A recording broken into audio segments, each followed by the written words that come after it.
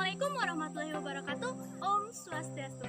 Halo, perkenalkan nama saya Kadek Natalia dari Universitas Halu Oleo Kendari, Fakultas Pertanian dengan program studi penyuluhan pertanian. Pada video kali ini, saya akan membahas tentang kerusakan lahan yang ada di daerah kita masing-masing untuk memenuhi tugas dari mata kuliah dasar-dasar ilmu tanah.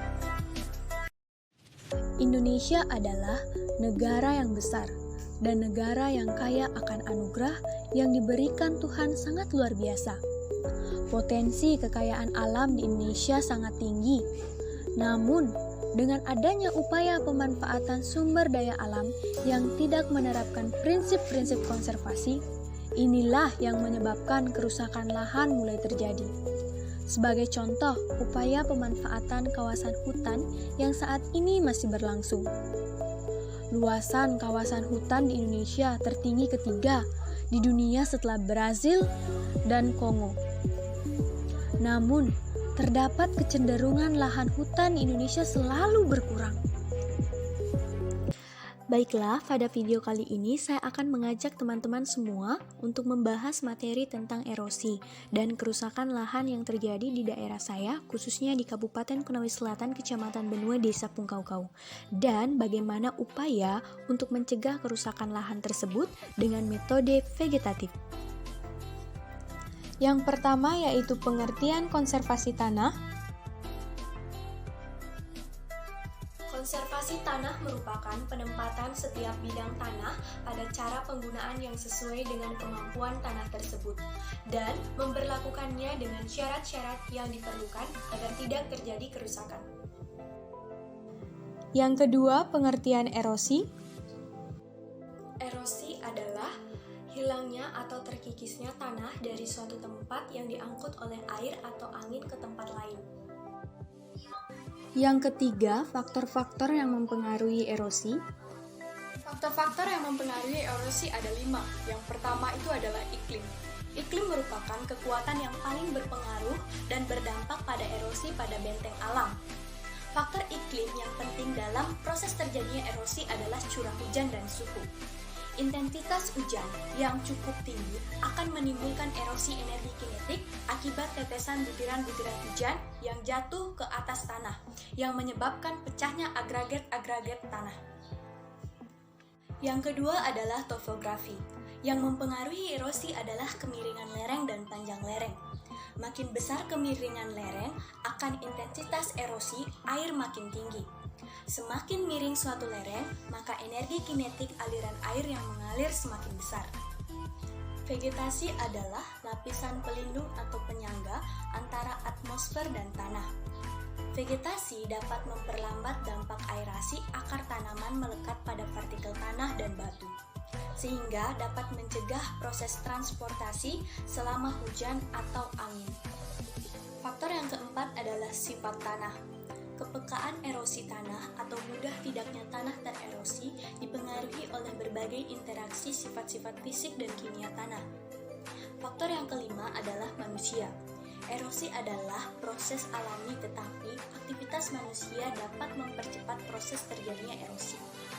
Aktivitas manusia yang mengubah vegetasi suatu daerah berkontribusi besar terhadap terjadinya erosi.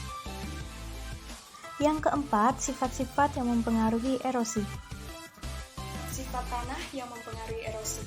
Yang pertama itu adalah tekstur tanah, yang kedua struktur tanah, yang ketiga bahan organik, yang keempat kedalaman tanah, yang kelima sifat lapisan bawah, yang keenam tingkat kesuburan tanah, dan yang ketujuh adalah pembentukan kerak tanah. Yang kelima yaitu jenis-jenis erosi.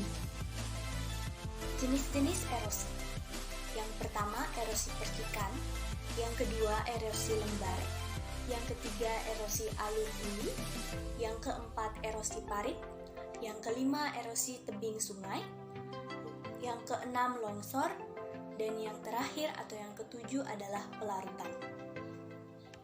Yang keenam, dampak dari kerusakan lahan akibat erosi. Dampak dari erosi adalah menipisnya lapisan permukaan bagian atas, yang menyebabkan menurunnya kemampuan lahan atau degradasi lahan. Akibat lain dari erosi adalah menurunnya kemampuan tanah untuk meresap air atau infiltrasi. Yang ketujuh, upaya pencegahan kerusakan lahan dengan metode vegetatif. Konservasi tanah dengan metode vegetatif adalah suatu cara pengelolaan lahan miring dengan menggunakan tanaman sebagai sarana konservasi tanah.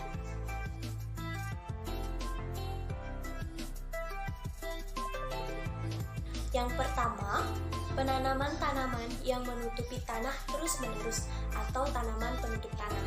Yang kedua, penanaman tanaman strip atau strip cropping.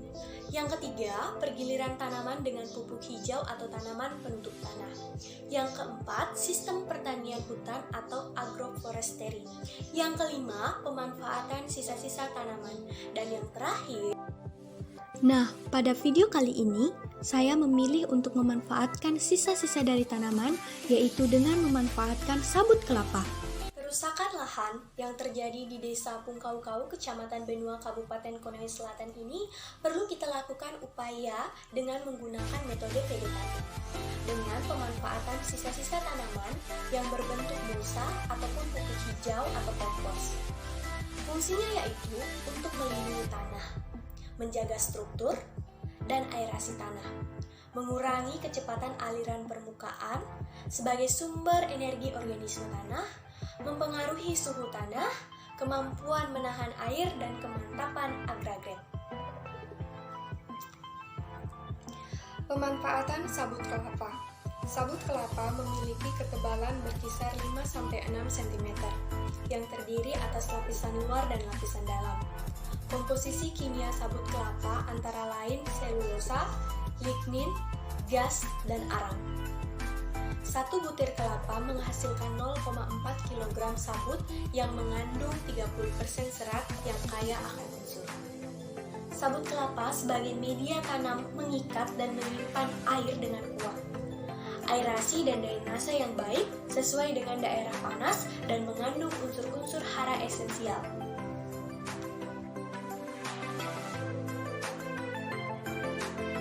Dengan pemanfaatan metode vegetatif, yaitu dengan menggunakan sisa-sisa tanaman, dapat dijadikan sebagai upaya pencegahan kerusakan lahan yang diakibatkan oleh erosi.